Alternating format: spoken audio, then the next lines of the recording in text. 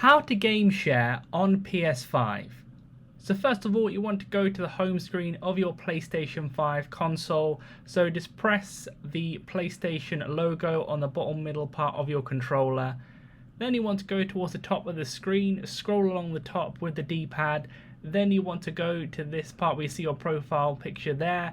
Click on that. Then you want to make sure you're on the user, which is the main account, your primary account. It should be the one that first logs in when you click on the PlayStation. Then you'll want to go to settings at the top right hand corner again. Scroll down to users and accounts, go on there.